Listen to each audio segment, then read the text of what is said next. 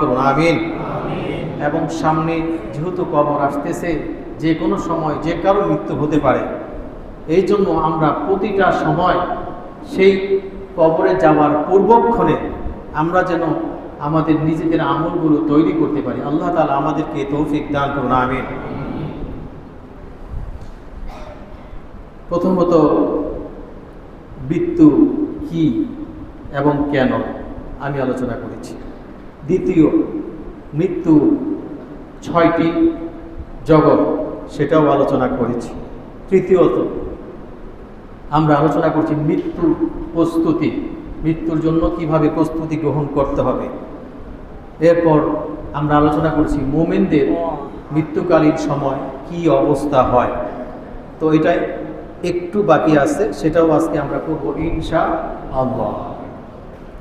আল্লাহ রাব্বুল আলামিন বলেছেন কুল্লু নাফসিন যায়িকাতুল মউত, প্রত্যেক প্রাণীকে মৃত্যুর স্বাদ আস্বাদন করতেই হবে।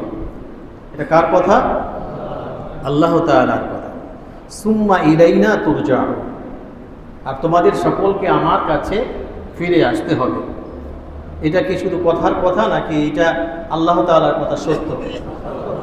এই বিশ্বাস যার মধ্যে থাকবে সে নিজেদের জীবনকে পরকালীন জীবনের প্রতিটা কদম সে হাঁটবে, চলবে, বলবে একমাত্র আল্লাহ তাআলার এই কথা স্মরণ করে যে আমার মৃত্যুকালীন সময় পার হয়ে যাচ্ছে, আস্তে আস্তে আমি কবরের দিকে যাচ্ছি। আল্লাহ রাব্বুল আলামিন বলেছেন কুল্লু নাফসিন যায়িকাতুল মাউত, প্রত্যেক প্রাণীর মৃত্যু সাধন করতেই হবে।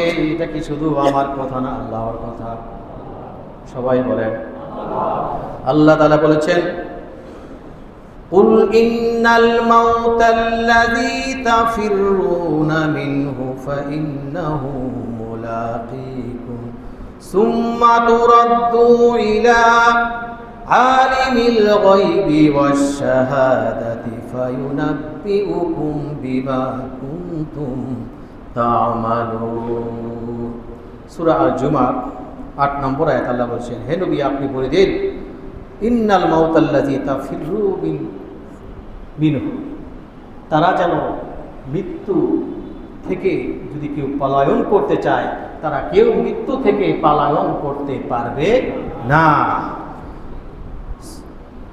ফাইন্নাহু মুলাকীকুম সুম্মা তুরাদ্দু ইলা আলিমিল গায়ব, সে আল্লাহ যিনি আলিমিল গায়ব, যিনি শাহাদাতি, যিনি সব দেখেন, সব জানেন, সব দেখেন, সব জানেন, যিনি অদৃশ্য, যা আমরা দেখি না তাও তিনি দেখেন, যা আমরা জানি না তাও তিনি জানেন, তিনি সব জানেন, সব দেখেন। তিনি কে? আলিমুল গায়ব। ফায়ুনাব্বিউকুম বিমা কুনতুম তা'মালুন, আর তারা যদি নিজেদেরকে বুদ্ধিমান ভাবে, তারা যেন এটাকে বুঝে নেয়, তারা যেন হিসাব করে এই কথাগুলো যেন আমি আল্লাহ সব জানি, সব দেখি, সব বুঝি। এই জন্য আমরা যেন সেই অনুযায়ী আমল করি। আল্লাহ তাআলা আমাদেরকে তৌফিক দান করুন। ওয়াজাআত সাকরাতুল মাউত বিল হক, ওয়াজাআত সাকরাতুল মাউত বিল হক, মৃত্যু সকলেরই আযাব ভোগ করতে হবে। এটা কি আমার কথা না আল্লাহর কথা? আল্লাহর কথা। এখন আমরা দেখি আল্লাহ তাআলা বলেছেন ওয়ান নাজিআতি গরকা ওয়ান নাশিতাতি নাশতা, শপথ সেই ফেরেশতা যে ডুব দিয়ে মানুষের রূহকে কবজ করে। কি করে ভাই? ফেরেশতারা যখন জান কবজ করে কি করে?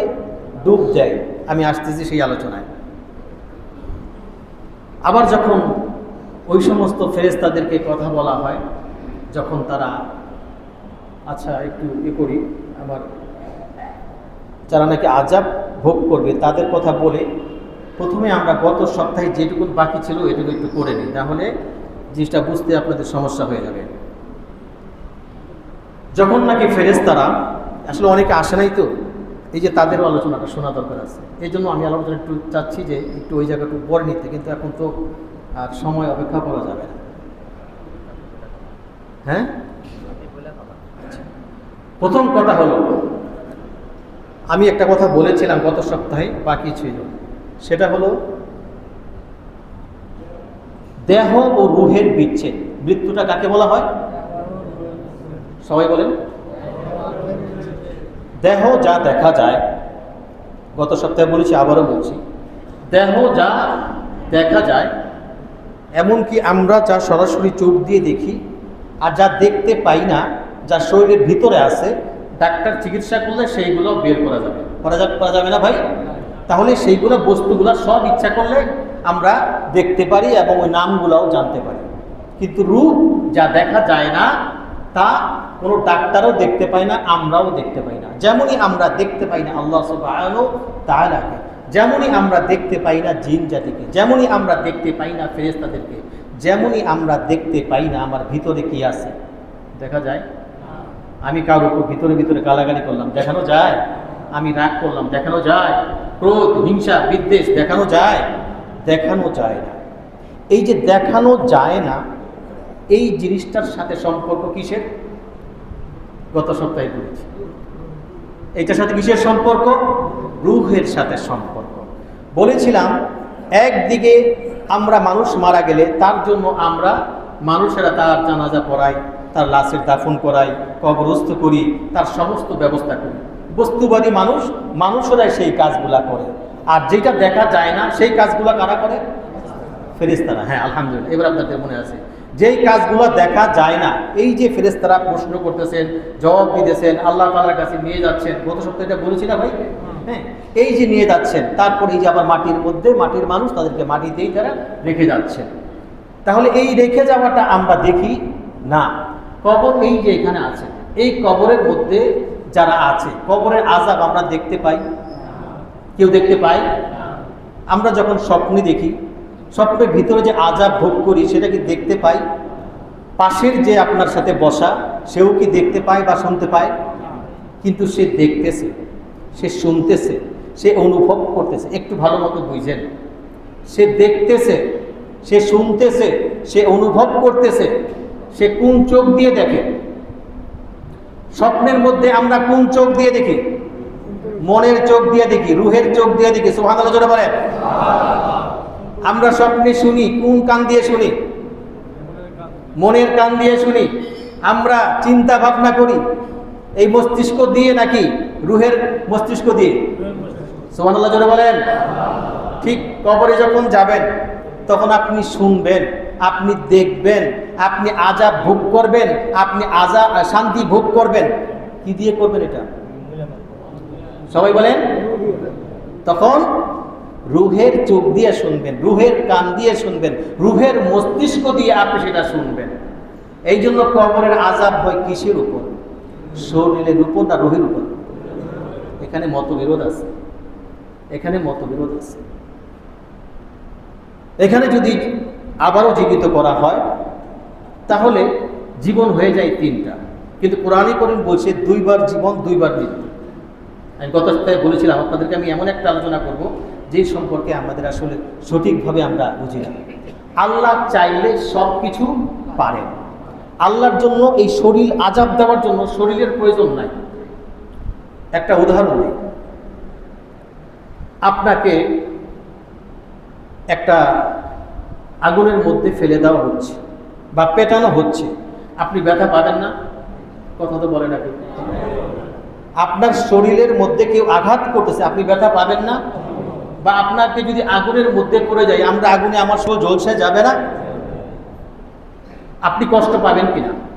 ব্যথা পাবেন কিনা? এখন যদি আপনার সন্তানকে আপনার সামনে ধরে নিয়ে যায় একটা বাঘ, তখন আপনি কতটুকুন ব্যথা পাবেন? যেটা নিজে পেয়েছেন অতটুকুন না, তার চেয়েও বেশি? সবাই একটু জোরে বলেন। আপনি আগুনে গিয়েছেন, আর কিংবা আপনার সন্তান আগুনে গিয়েছে, এবার আপনি বলুন তো দেখি, ব্যথাটা আপনি আপনার নিজের জন্য যেটা পাবেন, সন্তান যদি আগুনে জ্বলতে দেখেন তার চেয়ে বেশি পাবেন না কম পাবেন? এবার কবর আযাবটা বুঝতে সুবিধা হবে আপনাদের। আধ্যাত্মিক আলোচনায়। তাহলে আপনি এবার চিন্তা করে দেখুন, আপনি আপনার সন্তান আগুনে পড়লে আপনি যন্ত্রণা পান, আপনি কষ্ট পান, কিন্তু আপনি নিজের মধ্যে বাড়ি দিলে বা আপনাকে আগুনে ফেলে দিলে আপনি ততটা কষ্ট পান না, অবশ্যই কষ্ট পান, কিন্তু নিজের সন্তানকে যে দিচ্ছেন তাকে যে আগুনও দেওয়া হয়েছে, আপনার শরীরে কি আগুন লাগছে? আপনার শরীরে কি ব্যথা পাইতেছেন? কিন্তু কষ্ট কি দিয়ে পান? সবাই জন্য বলেন। ঠিক কবরের আযাবটা হবে অনুরূপ ভাবে। আপনাকে যখন নাকি জান্নাত দেখানো হবে, জান্নাত দেখানোর পর বলবে এই যে জান্নাত, তোমার বদ আমলের কারণে জান্নাতটাকে তুমি হারিয়ে ফেলেছো। ওই যে দেখো জাহান্নাম, জাহান্নামের ঠিকানা তাকে প্রত্যক্ষভাবে তাকে দেখানো হবে, এটাই হবে তোমার ঠিকানা। তখন তার যেই মানসিক যে যন্ত্রণা শুরু হবে, আপনি শরীরের মধ্যে ব্যথা পেলে যতটুকু না কষ্ট পাবেন, তার চেয়ে লক্ষ কোটি কোটি ব্যথা আপনার শরীরের মধ্যে অনুভূত হবে, যেটাকে রূপক অর্থে বলা হয় যে কি করা হয়, সাপে দংশন করা হয়। কবরের আযাব সত্য, বলেন কবরের আযাব সত্য। সেটা ডিএনএ শরীরের সব নষ্ট হয়ে যায়। কি হয়ে যায়? শরীরের সব কিছু নষ্ট হয়ে যায়, কিন্তু আপনার যে ডিএনএ থাকে এটা কখনো নষ্ট হয় না। যেমন একটা বিমানের মধ্যে ককপিটের মধ্যে একটা জিনিস থাকে যেটা কখনো ধ্বংস হয় না। বিমান যদি ধ্বংস হয়ে যায়, সব চূর্ণ বিচূর্ণ হয়ে যায়, কিন্তু ককপিটের মধ্যে একটা রেকর্ডিং থাকে। কি থাকে? ওই যে ওই সময়ের যে কথোপকথন, বিমান ধ্বংস হওয়ার পূর্ব সময় যেই কথাগুলো হয়েছিল সবটাই সেখানে সংরক্ষণ করা থাকে।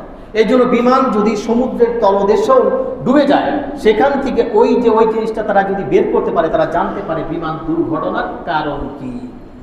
তেমনি মানুষের শরীরে একটা পাঁজরের হাড় আছে বা ডিএনএ আছে, এটাকে কখনোই সেটাকে ধ্বংস করা যায় না। সেটাকে এই কবরে হোক, আসলে কবর কোনটাকে বলা হয়?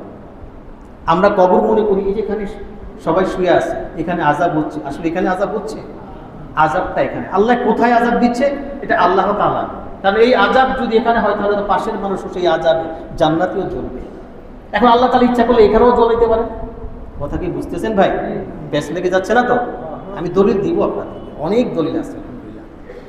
তাহলে কবরের আযাব সত্য, সেটা আপনি শুনবেন, দেখবেন, বুঝবেন, অনুভব করবেন। আপনি কইবেন যাক, শরীরে যদি আযাব না হয় পয়সা গেছে, সোজাইটা। আপনাকে যখন কবরের ফেরেশতারা আসবে, যখন রুগ্ন মূর্তি ধারণ করবে, বিকট কুৎসিত চেহারা বিশিষ্ট ফেরেশতারা যখন আসবে, তখন তার সাথে থাকবে বিশাল এক লাঠি। সেটা তো আমি বলবো ইনশাআল্লাহ। তো সেই লাঠি নিয়ে যখন তাকে দেখেই আপনি এমনি চিন্তিত পেরেশান হয়ে যাবেন। আর গত সপ্তাহে বলেছিলাম, মুমিন বান্দার সামনে যখন ফেরেশতারা আসে, সুন্দর শুভ্রমণ্ডিত, সুন্দর পোশাক, সুঘ্রাণ, এবং তাকে সে সালাম দেয় এবং তাকে জান্নাত দেখানো হয়, জান্নাত দেখিয়ে হয়।